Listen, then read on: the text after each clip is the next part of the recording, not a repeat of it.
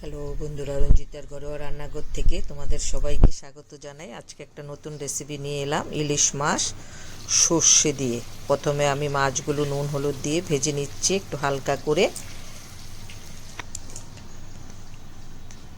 মাছগুলো ভাজা হয়ে গেছে, এবার তুলে নিলাম। এইভাবে সর্ষে আগে পেঁয়াজ বাটাটা একটু ভেজে তারপর সর্ষে বাটা দিয়ে করেছি, দারুণ হয় এভাবে রান্না করলে। একটু কালো জিরে ফোড়ন দিয়ে দিলাম।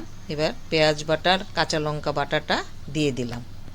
এবার হলুদের গুঁড়ো 1 চামচ, লঙ্কার গুঁড়ো 1 চামচ, নুন পরিমাণ মতো দিয়ে মশলাটা ভালো করে কষে নিলাম।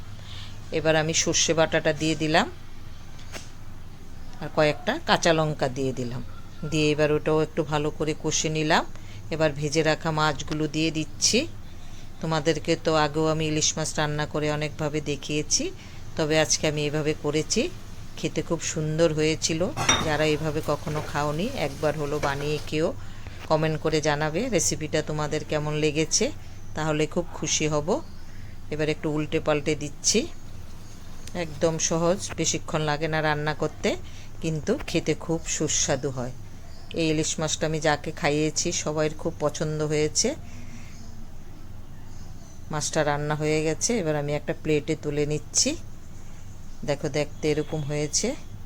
যদি রেসিপিটা ভালো লাগে একটু লাইক শেয়ার করে দিও। সবাই ভালো থেকো, সুস্থ থেকো, পাশে থেকো। এইভাবে নতুন নতুন রেসিপি নিয়ে তোমাদের সঙ্গে গল্প